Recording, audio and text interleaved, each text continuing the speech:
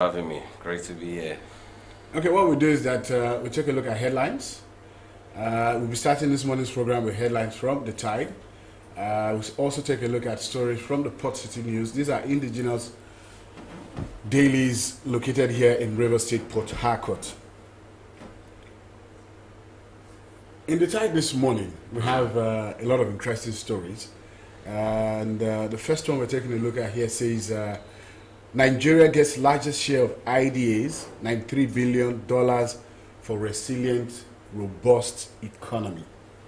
This happened after the Kuje prison attack, where we saw our president, Mohamed Buhari, go to Senegal for this particular summit. Apparently, we are getting the largest share, which is to the tune of $93 billion. But that isn't the issue now, because people are saying, given what just happened at Kuje prisons, where there was an outbreak, where there was a breakout, I beg your pardon, should the president be traveling to another country, given the situation that happened in Nigeria here, in Abuja, the federal capital territory, which happens to house the president himself? Well, his spokesperson has come out to say that attacks do not stop the president from working. And on the flip side, we have the Nigerian masses saying it's kind of insensitive, given what happened at Kuje prison and the sea travel. What's your take on that? So we have actually seen presidents world over who were out of their countries and they had some kind of disasters happening in their country. We have had presidents who left those high-powered meetings to go attend to issues in their country. Presidents in America, presidents in the UK. You know, leaving those meetings that ordinarily you would have expected that because they wield such great influence, you know, around issues that are expected to be discussed in those meetings. You would have expected that they would stay put and have that their deputies attend to the issues back at home. You find that a lot of times Obama, you know, had to do this severally, you know, even Donald Trump.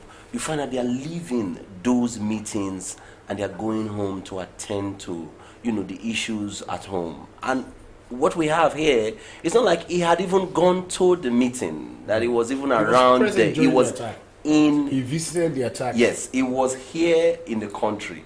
And the question that I asked a lot of people, you know, when we heard that the president said, oh, if I stayed back, I would have given gusto to the fight, you know, that these terrorists, I don't like to call them whatever it is that we call them, they're terrorists, would have given gusto to this fight. ISWAP has taken responsibility for what happened. Yes. Now he didn't need to go to those meetings, because all of the meetings we have seen that the president has attended, what have we benefited from them?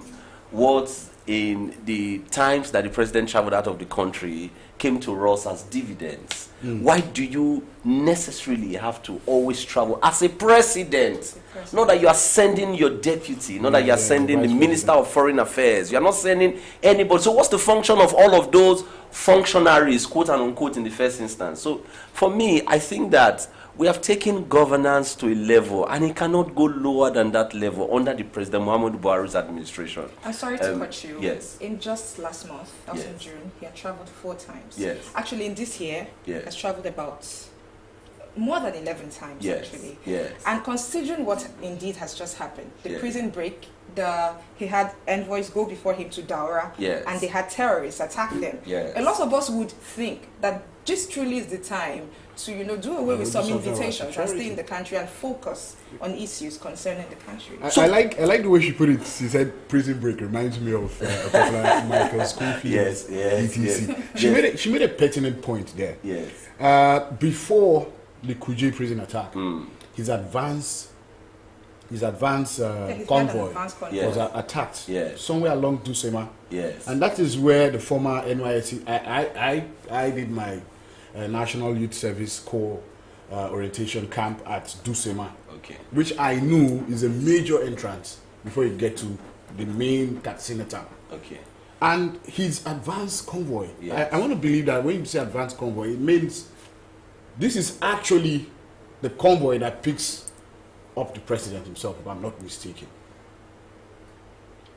That's when he travels. These are the people that, okay, handles his logistics, etc. It was attacked by, like you said, you don't like to call them terrorists. No, I don't like to call them bandits. Bandits. I like to call them terrorists because Nigerians do not understand that whatever it is that you call a thing is how you are going to treat it. As a scientist myself, I understand that if you made a wrong diagnosis, if you misdiagnosed, you most definitely will not be able to treat. So the doctors would find out first what exactly is ailing a patient.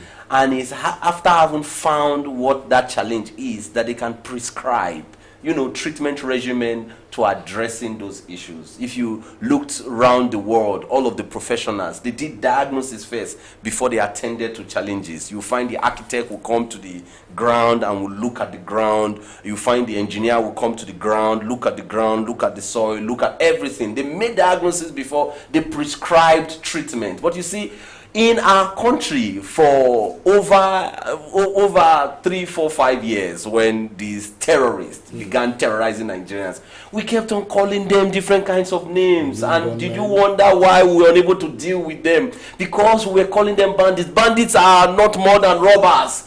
These people are terrorists terrorizing the Nigerian state, and we refuse to call it. Now, jumping in directly on the question that you have asked, if you ever discussed with any security expert, and